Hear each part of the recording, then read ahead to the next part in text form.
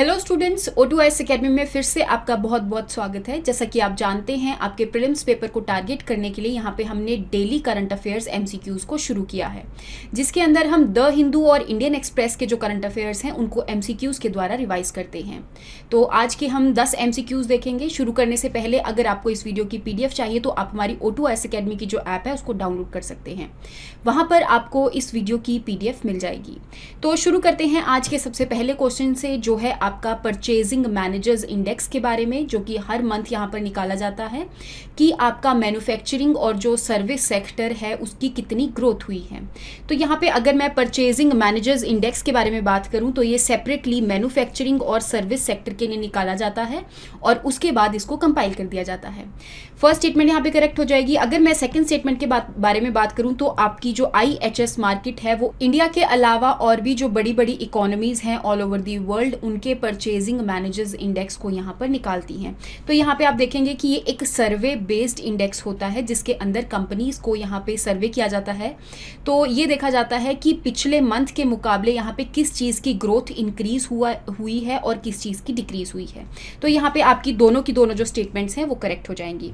Next question के बारे में बात करते हैं, जो कि आपका जुवेनाइल जस्टिस एक्ट के बारे में है। तो यहाँ पे आपको दो स्टेटमेंट्स दी गई हैं, आपने इसमें से करेक्ट स्टेटमेंट को आइडेंटिफाई करना है।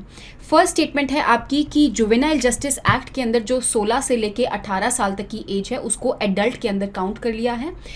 बेसिकली अगर मैं इसके बारे में बात करूं तो 2015 के अंदर एक एक्ट लाया गया था आपका जुवेनाइल जस्टिस एक्ट, और इस एक्ट के तहत जो आपके जुवेनाइल डिलिंक्वेंसी एक्ट है और इसके अलावा जो आपका पुराने वाला जुवेनाइल जस्टिस एक्ट है उन दोनों को मर्ज करके इस एक्ट को बना दिया गया।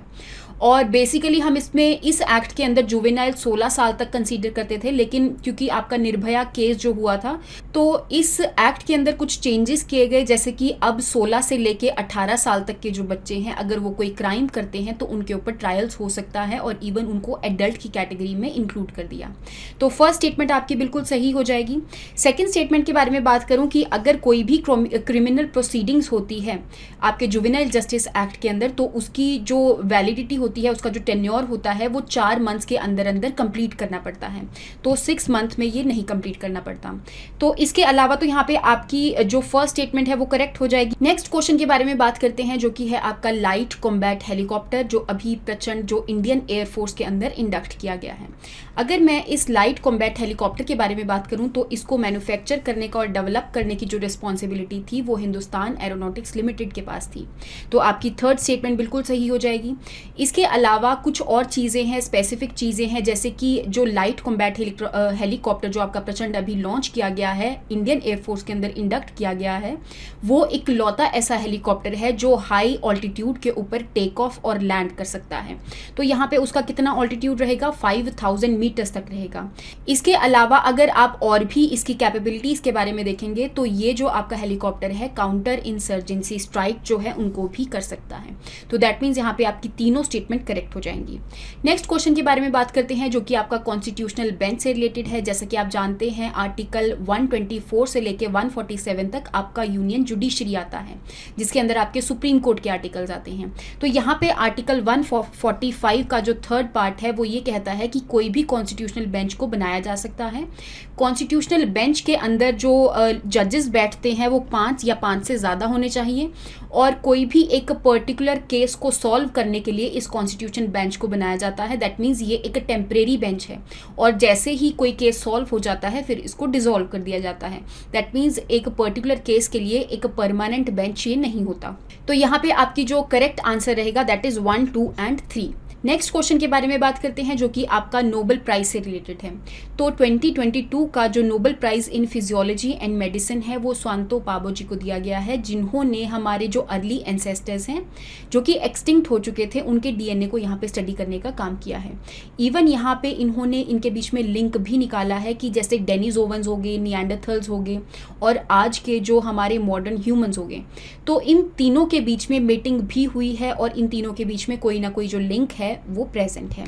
तो आपकी जो फर्स्ट स्टेटमेंट है वो बिल्कुल सही हो जाएगी। अगर मैं सेकंड स्टेटमेंट के बारे में बात करूं तो जो निएंडरथल्स हैं वो आपके वेस्टर्न यूरेशिया वाले रीजन्स में देखने को मिले थे। आपके जो डेनिसोवंस हैं वो आपके फार ईस्ट एशिया के अंदर देखने को मिले थे। फार ईस्ट एशिया आपका रशिया का फार ईस्ट वाला पोर्शन हो जाएगा, साउथ ईस्ट एशिया वाला पोर्शन हो जाएगा और आपका ईस्ट एशिया वाला पोर्शन हो जाएगा। तो इसके अंदर आपके जो डेनिसोवंस हैं वो देखने को मिले थे और इवन इनके जो फॉसिल्स हैं बहुत ही कम देखने को मिले हैं। इस वजह से अभी तक इनकी जो स्टडी है या फिर इनकी जो अभी तक स्टडी है वो अभी हो नहीं पा रही थी क्योंकि इनके बहुत ही कम फॉसिल्स प्रेजेंट थे। तो अगर मैं करेक्ट स्टेटमेंट के बारे में बात करूं तो यहाँ पे आपकी दोनों स्टेटमेंट्स करेक्ट हो जाएंगी। नेक्स्ट क्वेश्चन के बारे में बात करते हैं जो कि आपका प्रधानमंत्री मुद्रा योजना से रिलेटेड है। तो अगर मैं इस योजना के बारे में बात करूं तो हमारी जो मिनिस्ट्री ऑफ फाइनेंस है उन्होंने इस योजना को 2015 के अंदर लॉन्च किया था। अब इस योजना के तहत इन्होंने ये बोला था कि आप किसी भी बैंक से लोन ले सकते हैं और यहाँ पे लोन्स को 3 कैटेगरी में डिवाइड कर दिया। किशोर, शिशु और तरुण की कैटेगरी में इन्होंने डिवाइड कर दिया और इसके अंदर कोई भी बैंकों से आप लोन्स ले सकते हैं, लेकिन आपने अगर कोई भी बिजनेस शुरू करना है वो नॉन फार्म सेक्टर से रिलेटेड होना चाहिए। दैट मीन्स मैन्युफैक्चरिंग का हो सकता है, प्रोसेसिंग, ट्रेडिंग, सर्विस सेक्टर का हो सकता है। तो आपकी सेकंड स्टेटमेंट यहाँ पे बिल्कुल सही हो जाएगी। अगर मैं फर्स्ट स्टेटमेंट के बारे में बात करूँ तो इनका एक पर्टिकुलर एम था कि हमने बैंक करना है उन लोगों को जिनके पास बैंकिंग नहीं है, securing the unsecured and funding the unfunding. तो दैट मीन्स ये फाइनेंशियल इंक्लूजन करने के लिए इस प्रोग्राम को लॉन्च किया गया था। तो यहाँ पे आपकी दोनों स्टेटमेंट्स करेक्ट हो जाएंगी। इसके अलावा कुछ और चीजें जो कि इस योजना से रिलेटेड है, जैसे कि शिशु कैटेगरी के अंदर जो लोन है वो 50,000 तक दिए जाएंगे। किशोर कैटेगरी में 50,000 से लेके 5 लाख तक का लोन जो है वो बैंकों से ले सकते हैं। तरुण कैटेगरी के अंदर 5 लाख से लेके 10 लाख तक का जो लोन है, अगर उन्होंने कोई भी बिजनेस शुरू करना है नॉन फार्मिंग सेक्टर के अंदर तो यहाँ से वो लोन्स ले सकते हैं। नेक्स्ट क्वेश्चन के बारे में बात करते हैं जो कि है आपका नेशनल डिजास्टर मैनेजमेंट अथॉरिटी से रिलेटेड। जो आपका डिजास्टर मैनेजमेंट एक्ट 2005 में आया था तो वहाँ पर एक अथॉरिटी को बनाया गया था जिसका नाम है नेशनल डिजास्टर मैनेजमेंट अथॉरिटी। तो इसके जो चेयरपर्सन होते हैं वो हमारे प्राइम मिनिस्टर होते हैं। इसके अलावा इस अथॉरिटी के अंदर 9 और मेंबर्स होते हैं। तो आपकी जो फर्स्ट स्टेटमेंट है वो बिल्कुल सही हो जाएगी। सेकंड स्टेटमेंट के बारे में अगर मैं बात करूं तो यहाँ पे डिजास्टर को मैनेज करने की जो प्राइम रिस्पॉन्सिबिलिटी होती है वो स्टेट गवर्नमेंट्स के पास होती है, ये इस एक्ट में बताया गया था।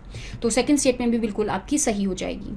नेक्स्ट क्वेश्चन के बारे में बात करते हैं जो कि आपका जिम कॉर्बेट नेशनल पार्क से रिलेटेड है, जो कि हमारा सबसे पहला नेशनल पार्क था, 1936 में बनाया गया था, जिसको हम हेले नेशनल पार्क के नाम से भी जानते थे।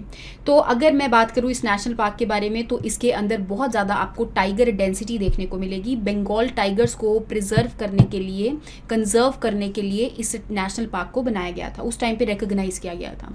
तो ये जो नेशनल पार्क है उत्तराखंड के अंदर लोकेटेड है। आपके जो आउटर हिमालयस है, शिवालिक्स है, वहाँ पर ये जो कॉर्बेट नेशनल पार्क है ये लाई करता है। इसके अलावा बहुत सारी ऐसी नदियाँ हैं जो कि इस नेशनल पार्क से निकलती हैं। ज़्यादातर जैसे अगर मैं रामगंगा के बारे में बात करूँ, ये सारी की सारी जो रिवर्स हैं ये सारी रामगंगा की ट्रिब्यूटरीज हैं। इवन आपकी जो कोसी और रामगंगा है वो आपकी मेन जो गंगा रिवर सिस्टम है उसके अंदर इंक्लूड करी जाती हैं। दैट मीन्स ये गंगा की ट्रिब्यूटरी हैं। तो यहाँ पे आपकी दोनों स्टेटमेंट्स करेक्ट हो जाएंगी। तो आपका आंसर बनेगा that is both 1 and 2 are correct. Next question के बारे में बात करते हैं जो कि आपका telecom technology development fund scheme से रिलेटेड है। तो रिसेंटली आपका जो ड्राफ्ट टेलीकॉम बिल आया है 2022 का, उसके अंदर इस अथॉरिटी को बनाया गया है और उसके तहत ही इस स्कीम को लॉन्च किया गया है।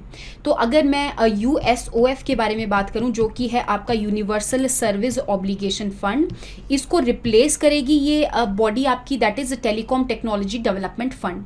और इसके तहत जो स्कीम शुरू करी गई है वो यही स्कीम है कि आपके रूरल एरियाज के अंदर जितना भी टेलीकॉम सेक्टर से रिलेटेड जितना भी इंफ्रास्ट्रक्चर बनाया जाएगा वो इसी फंड के द्वारा ही बनाया जाएगा।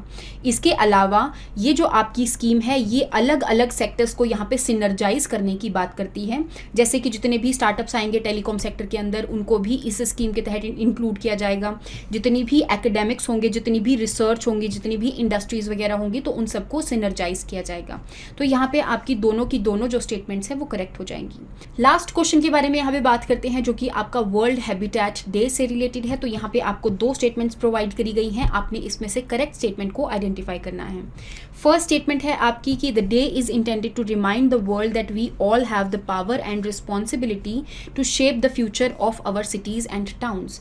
तो हमारी सिटीज़ और टाउन्स कैसे बनने चाहिए, तो बेसिकली इनका एम यही रहता है। तो वर्ल्ड हैबिटेट डे जो है वो आपको ये चीज़ रिमाइंड करता है कि आपके पास राइट टू शेल्टर है। इसके अलावा वर्ल्ड हैबिटेट डे 2022 के अंदर ज़्यादा जो अटेंशन है वो इस तरफ लाई गई कि हमारे जितनी भी इनइक्वालिटीज़ आई हैं कोविड-19 की वजह से, चाहे क्लाइमेट चेंज की वजह से, चाहे जितने भी कॉन्फ्लिक्ट्स वगैरह ऑल ओवर दी वर्ल्ड हो रहे हैं, उन सब की वजह से जितनी भी इनइक्वालिटीज़ आई हैं उसके टूवर्ड्स अटेंशन ड्रॉ करी जानी चाहिए। तो यहाँ पे आपकी दोनों स्टेटमेंट्स करेक्ट हो जाएंगी। इसके अलावा अगर मैं कुछ और चीज़ों के बारे में बात करूँ तो यहाँ पे एक पर्टिकुलर थीम रखी गई थी वर्ल्ड हैबिटेट डे के बारे में कि mind the gap, leave no one behind and no place behind. इसके अलावा आपका जो वर्ल्ड हैबिटेट डे है 1985 से मनाया जा रहा है और अक्टूबर के फर्स्ट मंडे को इसको मनाया जाता है। तो आई होप आपको यहाँ तक जो करंट अफेयर्स के MCQs हैं उनके बारे में समझ में आया होगा। नेक्स्ट क्लास के अंदर हम नेक्स्ट करंट अफेयर्स के साथ मिलेंगे। Thank you so much and have a nice day.